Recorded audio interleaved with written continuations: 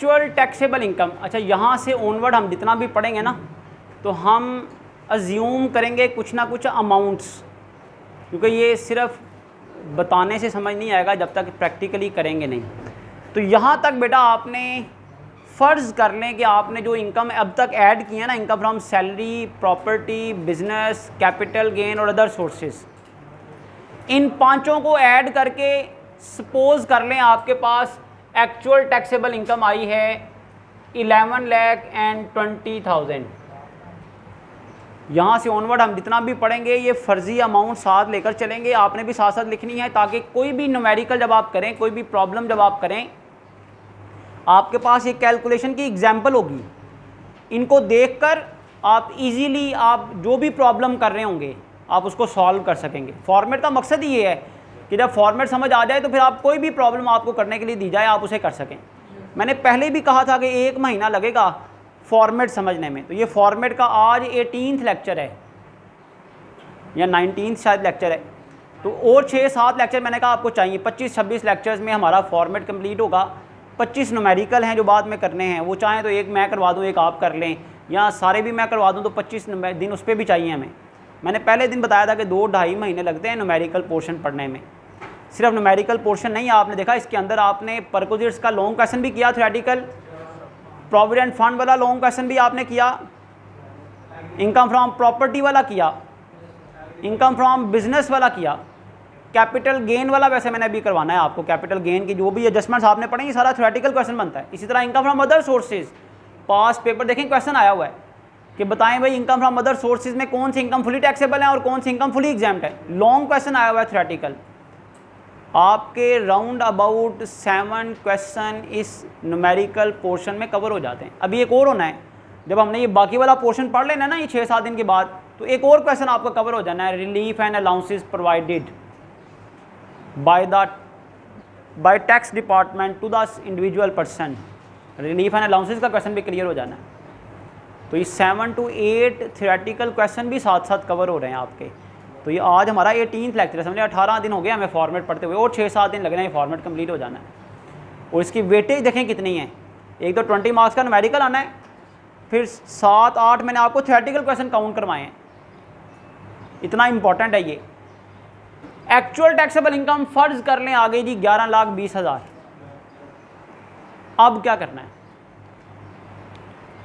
Actual taxable income आने के बाद याद रखें आपने इसमें ऐड करना है शेयर फ्रॉम एओपी या शेयर ऑफ, इस तरह पूरा लिखना है बेशक, share of profit from AOP. अगर सिर्फ शेयर ऑफ एओपी लिखा हो फिर भी मतलब यही है। इसका मतलब ये है कि आप किसी एओपी के मेंबर हैं, किसी एसोसिएशन ऑफ पर्सन के मेंबर हैं। एसोसिएशन ऑफ पर्सन की डेफिनेशन आपने पढ़ी हुई है।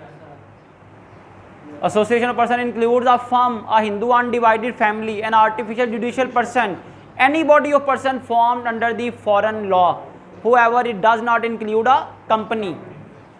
अगर आप किसी एसोसिएशन ऑफ पर्सन के मेंबर हैं और वहां से आपको क्या मिल रहा है, आपका मुनाफे में जो हिस्सा बनता है वो मिल रहा है।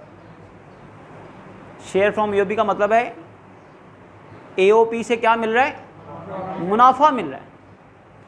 अगर किसी को share from association of person मिल रहा होगा तो जब आप एक्चुअल टैक्सेबल इनकम निकाल लें, एक्चुअल टैक्सेबल इनकम निकालने का तरीका भी आपने सीख लिया कि पहले टोटल इनकम निकालें, टोटल इनकम में से 5 चीज़ें माइनस कर दें, तो कल हमने जैसे डिस्कस किया कि एक्चुअल टैक्सेबल इनकम आ जाएगी।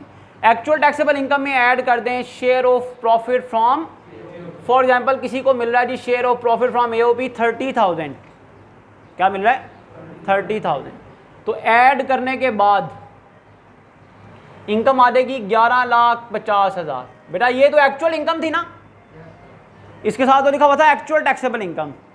जब शेयर फ्रॉम एओपी ऐड कर दें तो अब जो टैक्सेबल इनकम आती है ना, इसको कहा जाता है taxable income for rate purpose. Taxable income for rate purpose. अगर क्वेश्चन में शेयर फ्रॉम एओपी नहीं होगा तो भाई नहीं लिखेंगे, हमारे पास इनकम सिर्फ एक्चुअल टैक्सेबल इनकम होगी। आपको क्वेश्चन आसान हो जाएगा करना। लेकिन अगर शेयर फ्रॉम एओपी होगा, share of profit from AOP होगा, तो उसको लाजमी लिखना है और इसी तरतीब से लिखना जो तरतीब मैं बता रहा हूँ आपको कि एक्चुअल टैक्सेबल इनकम के बाद अब आपने शेयर फ्रॉम एसोसिएट, ये याद रखना है सारा, ये पैटर्न, ये तरतीब याद रखनी है कि जब एक्चुअल टैक्सेबल इनकम आ जाएगी तो उसमें शेयर फ्रॉम एओपी को ऐड करना है।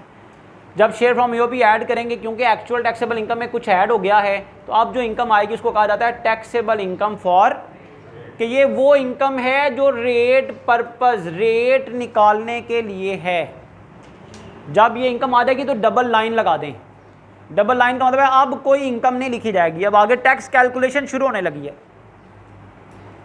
डबल लाइन लगाने का मतलब है अब इनकम वाला काम खत्म हो गया है, अब आगे टैक्स की कंप्यूटेशन शुरू होने लगी है, टैक्स कैलकुलेशन शुरू होने लगी। पहले सिर्फ इनकम निकाल रहे थे आप कि भाई ये वाली इनकम टैक्सेबल है, ये वाली इनकम एग्जाम्ड नहीं है, इसका इतना हिस्सा टैक्सेबल है, इतना हिस्सा एग्जाम्ड है। आज से आपने फॉर्मेट का जो भी हिस्सा पढ़ना है उसका मकसद होगा टैक्स निकालना, अल्टीमेट टैक्स निकालना, फाइनल टैक्स लायबिलिटी निकालना कि आपका टैक्स बनता कितना है। तो यहां से बेटा स्टेप नंबर 1 कंप्यूटेशन का पहला स्टेप लिख लें, शाबाश। टैक्स कैलकुलेशन का पहला स्टेप यहां से शुरू हो जाएगा। स्टेप नंबर 1 क्या है? स्टेप नंबर 1 कंप्यूटेशन, कंप्यूट करना है, कंप्यूटेशन ऑफ टैक्स पेएबल। किस पर टैक्स पेएबल निकालना है? ये वाली इनकम पर। Computation of tax payable on taxable income for rate purpose. Taxable income for, ये पहला स्टेप है। पहले स्टेप में हम क्या करने जा रहे हैं? टैक्स कैलकुलेट करने जा रहे हैं। क्या लिखा मैंने? Computation of tax payable. हम टैक्स निकालने जा रहे हैं, टैक्स कैलकुलेट करने जा रहे हैं। किस पर? On taxable income for rate purpose. ये जो रेट पर्पस वाली इनकम आई ना 11,50,000, हम ये कैलकुलेट करने जा रहे हैं इस 11,50,000 पर कितना टैक्स बनता है, इस 11,50,000 पर। तो आज आप बड़ा इंपॉर्टेंट पॉइंट समझने जा रहे हैं कि टैक्स कैलकुलेट कैसे करना है। पेपर में आपको जब न्यूमेरिकल आएगा ना तो टैक्स रेट का टेबल गिवन होगा, पेपर क्वेश्चन पेपर के ऊपर बना होगा। बुक्स जरा निकालें सब लोग, शाबाश।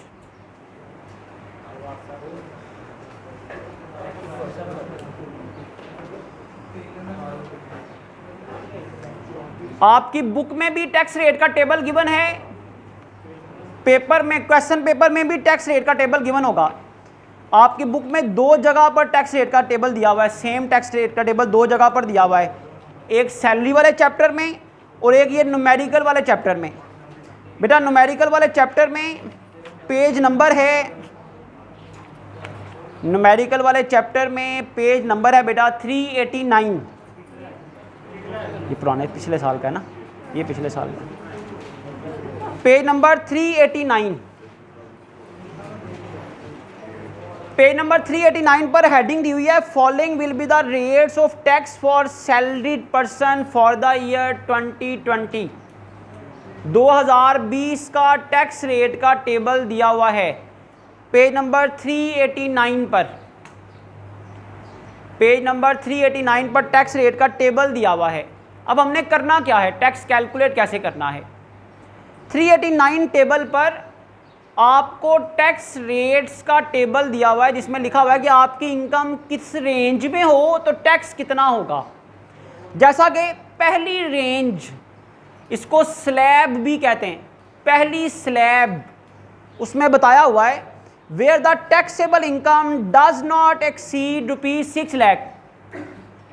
जब टैक्सेबल इनकम 6 लाख से ज़्यादा ना हो, इसका मतलब है 6 लाख तक हो। किसी की टैक्सेबल इनकम अगर 6 लाख तक हो तो लिखा हुआ है टैक्स रेट 0%, उस पर कोई टैक्स नहीं है। अगर किसी की इनकम 6 लाख से ज़्यादा ना हो, 6 लाख तक हो, तो बेटा उसका टैक्स है 0%, उस पर कोई टैक्स नहीं है। आपने देखा तो आपकी इनकम तो 11,50,000 है। अब आप अगली स्लैब में जाएंगे, क्योंकि आप 6 लाख वाली स्लैब में फॉल नहीं करते, आपकी इनकम इससे ज़्यादा है। नेक्स्ट स्लैब है where the taxable income exceed, taxable income बढ़ जाए 6 लाख से, but does not exceed 12 lakh. 6 lakh से ना बढ़े लेकिन 12 लाख से बढ़ जाए, सॉरी 6 लाख से बढ़ जाए लेकिन 12 लाख तक हो, डज नॉट एक्सीड 12 लाख, मतलब 6 लाख और 12 लाख के दरमियान हो, 6 लाख से ज़्यादा हो लेकिन 12 लाख तक हो, 12 लाख से ज़्यादा। तो आगे टैक्स रेट लिखा हुआ है 5% of the amount exceeding ₹6 lakh. तो हम इस स्लैब में फॉल कर रहे हैं। इसमें टैक्स रेट दिया हुआ है कि जितनी इनकम 6 लाख से ज़्यादा है उस पर 5% टैक्स है। इसका मतलब देखें बेटा क्या है, टैक्स रेट अब आपने कैलकुलेट करना है। उसने आपको ये कहा कि आपकी इनकम 11,50,000 है, 11,50,000 में से 6 लाख पर कोई टैक्स नहीं है, 6 लाख पर 0% टैक्स है, 6 लाख पर 0% टैक्स है। और जितनी इनकम 6 लाख से ज़्यादा है, आपकी कितनी इनकम 6 लाख से ज़्यादा है जी? 6 लाख तक तो कोई टैक्स नहीं है, 5,50,000 रुपये 6 लाख से ज़्यादा हैं। इसके बारे में लिखा हुआ है कि जितनी इनकम 6 लाख से ज़्यादा होगी उस पर 5% टैक्स लगेगा। तो 6 लाख तक तो ज़ीरो टैक्स हो गया, 6 लाख से जितनी इनकम ज़्यादा है, 5.5 लाख ज़्यादा है, 5.5 लाख पर बेटा 5% टैक्स, 5.5 लाख पर 5% टैक्स कितना बनता है? 27,500।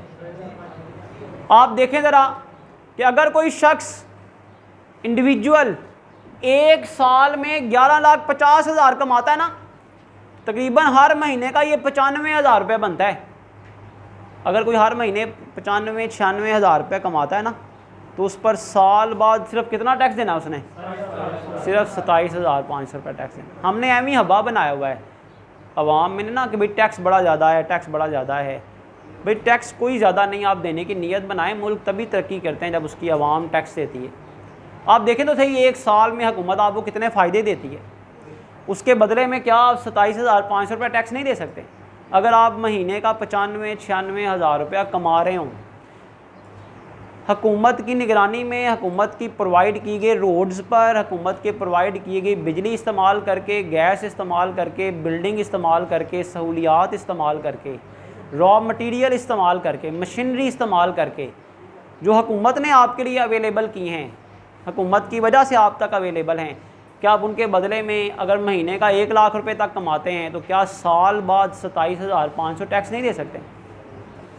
27,500 रुपया टैक्स हो गया बेटा। अब आपने इसको लिखना है टैक्स पेएबल। ये टैक्स पेएबल है किस पर भला? ये क्या है बेटा? टैक्स पेएबल किस पर? On taxable income for rate purpose, on taxable income for rate purpose. ये आपका टैक्स है 27,500 रुपये का, किस पर भला? Taxable income for rate purpose पर, रेट पर्पस वाली इनकम का टैक्स है ये। आपने अब क्या करना है, आपके लिए असाइनमेंट ये है, मैं आपको 3 तरह की इनकम लिख कर दे रहा हूँ। आपने घर से टेबल देखना है और टैक्स कैलकुलेट करके ला के मुझे दिखाना है, जैसे मैंने ये आपको बताया। टैक्स कैलकुलेशन का तरीका सीखना है। एक मैं आपको एग्जांपल बता रहा हूँ। फॉर एग्जांपल अगर आपकी टैक्सेबल इनकम हो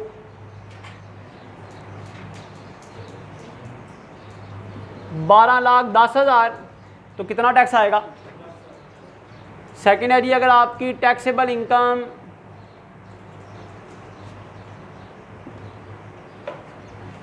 15,40,000 हो तो कितना टैक्स आएगा? सॉरी 18,40,000। और थर्ड, अगर आपकी टैक्सेबल इनकम, या आपकी असाइनमेंट है, इसको कर लें, पेज नंबर 389 पर जो टेबल दिया हुआ है उसको देखकर, तो आपको टैक्स कैलकुलेशन आ जाएगी, तो हमारा काम ज़रा आसान हो जाएगा। अगर आपकी इनकम जो है वो 6,20,000 हो, 6,20,000 हो, तो फिर टैक्स पेबल कितना आता है? इसको करके आएँ, कल की क्लास में इंशाल्लाह ताला हम इससे आगे चलेंगे। मैं आपको बता दूं अभी से, ये स्टेप नंबर 1 हमारा कंप्लीट हो गया। स्टेप नंबर 1 में बेटा हमने क्या किया है? स्टेप नंबर 1 में हमने क्या किया है? हमने टैक्स कैलकुलेट किया है। कौन सा टैक्स? कौन सा टैक्स कैलकुलेट किया? मेरी बात नहीं सुन रहे अक्सर बच्चे, बाद में समझ नहीं आनी, बाद में पूछते रहेंगे जब न्यूमेरिकल करेंगे हम। हमने अभी टैक्स कैलकुलेट किया है taxable income for rate purpose पर, जबकि हमारी एक्चुअल इनकम 11,20,000 है। एक चीज़ के साथ आपने लिखा हुआ एक्चुअल, हकीकी इनकम 11,20,000 है, लेकिन अभी हमने टैक्स किस पे कैलकुलेट किया? 11,50,000 पर। स्टेप नंबर 2 में हमने क्या करना है? कल से इंशाल्लाह ताला हमने टैक्स निकालना है एक्चुअल टैक्सेबल इनकम का। ये टैक्स है रेट पर्पस वाली इनकम का। ये टैक्स रेट पर्पस का मतलब होता है सिर्फ रेट चेक करने के लिए। तो रेट हमने चेक कर लिया, ये वाला रेट लगना है जी 5%। एक्चुअली जो टैक्स हमने पे करना है ना, वो एक्चुअल टैक्सेबल इनकम पर पे करना है। एक्चुअली जो हमने टैक्स पे करना है ना, वो 27,500 नहीं है। वो टैक्स किस पर होना चाहिए? वो टैक्स 11,20,000 पर। तो स्टेप नंबर 2 बेटा हम कल करेंगे, उसमें हम टैक्स कैलकुलेट करेंगे एक्चुअल टैक्सेबल इनकम पर। अभी हमने रेट पर्पस पर निकाला है ना, क्योंकि टैक्स का तरीकाकार है कि पहले आप शेयर फ्रॉम ईओपी को ऐड करें, टैक्स का रेट फाइंड आउट कर लें। तो रेट फाइंड आउट हो गया, 5% रेट लगा जी हम पर। अब इस टैक्स को बदलना है एक्चुअल टैक्स 11,20,000 के हिसाब से, ताकि पता चले हमारा एक्चुअल टैक्स पेबल कितना आता है। तो कल से इंशाल्लाह ताला हम एक्चुअल टैक्सेबल इनकम पर टैक्स निकालेंगे।